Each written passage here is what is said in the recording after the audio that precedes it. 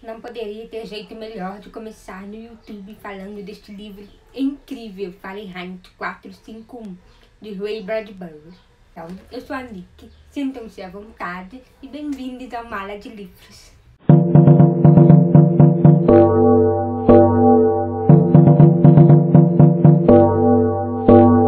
Ray Bradbury, lá nos anos 50, em clima de Guerra Fria, datilografando furiosamente na sala de datilografia da Universidade de Califórnia, em Los Angeles, finalizava Fahrenheit 451, um livro considerado um marco no gênero distopia, no qual estão incluídos outros grandes títulos, como 1984, de George Orwell, e Admirável Mundo Novo, de Aldous Huxley. E tem neste livro que me espantou, que me fez refletir sobre sua semelhança com os dias de hoje. Por que a leitura deste livro é tão necessária?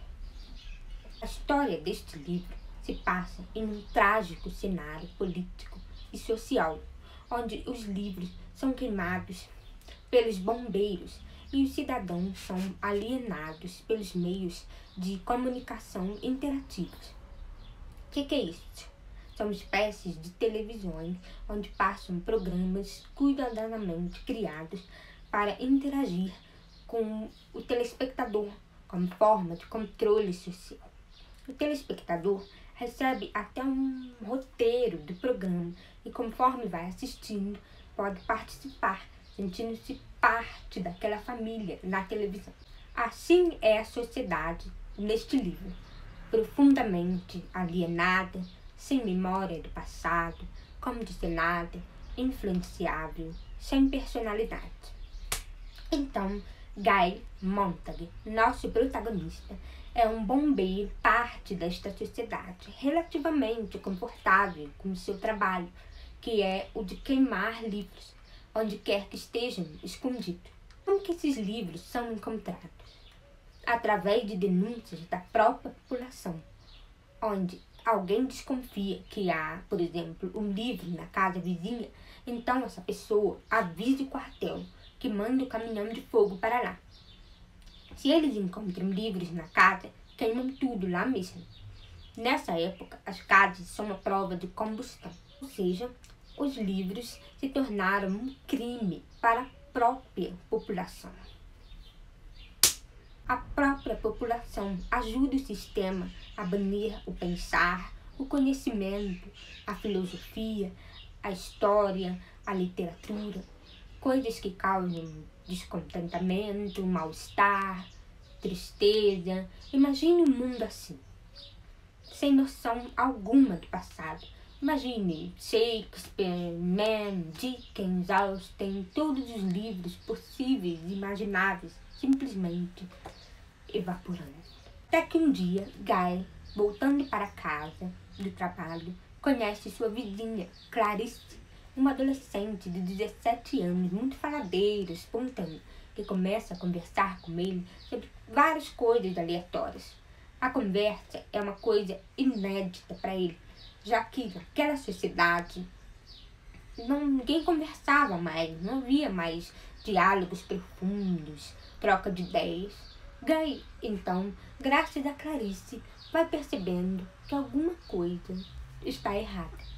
Clarice implantou nele uma semente de ideia tão poderosa que o transformou completamente.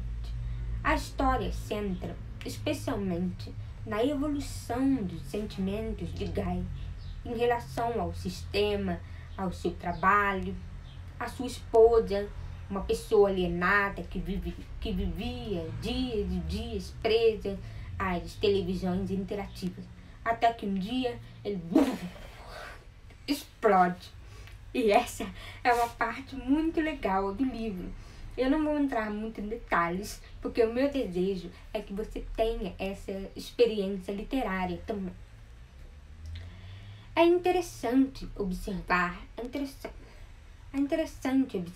Guy acordando, saindo da Matrix, e como esse processo é dolorido, dá medo, causa raiva e sensação de impotência diante dos males do sistema que ninguém mais parece ver.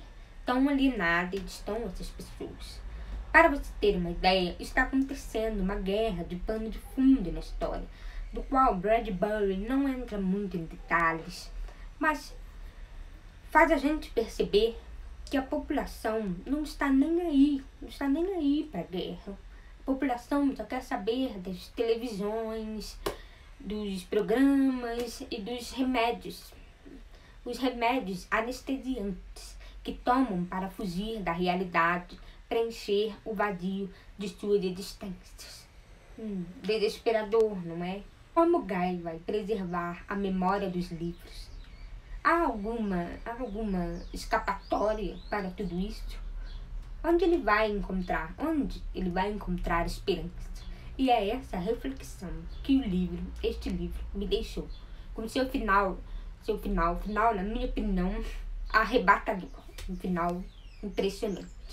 É inevitável, então, a gente trazer a reflexão deste livro para os dias de hoje, em que as coisas são realmente muito compactas e superficiais, com todo o brilho, a rapidez e as facilidades da tecnologia, do toque, da tela, do texto com poucos caracteres, tudo resumido e sintetizado em poucas frases, poucas palavras, recursos nas redes sociais para agraciar e prender as pessoas como as curtidas.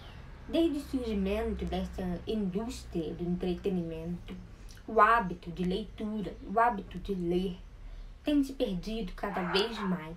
As conversas têm se tornado cada vez mais curtas e o tempo nas telas do celular cada vez maiores. Não vou dizer de forma geral, muitos ainda leem, ainda se interessam pela literatura, pela história, mas não podemos negar que é uma realidade que cada vez mais nos engole. A tecnologia. Um livro interessante que toca neste assunto é Origem, de Dan Brown, cujo final de Origem faz todo o sentido. Por isso, a leitura de Fahrenheit 451 é tão necessária. Ela nos tira da zona de conforto, nos faz pensar e sofrer junto com Guy Montag e os livros queimando. Me fez pensar em como essas distopias literárias escritas antigamente se enquadram em muitos aspectos da nossa realidade hoje.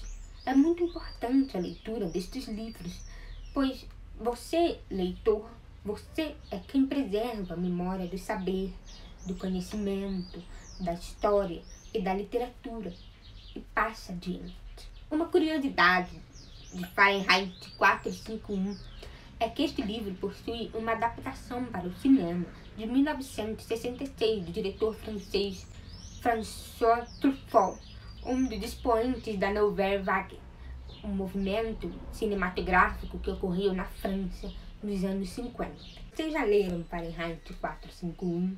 Vocês vão ler? Está na lista de vocês? O que vocês acharam se vocês já leram?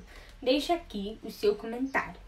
E se você gostou deste vídeo, se você gostou da minha resenha e quer ver mais, é só se inscrever no canal aqui embaixo, com apenas um toque.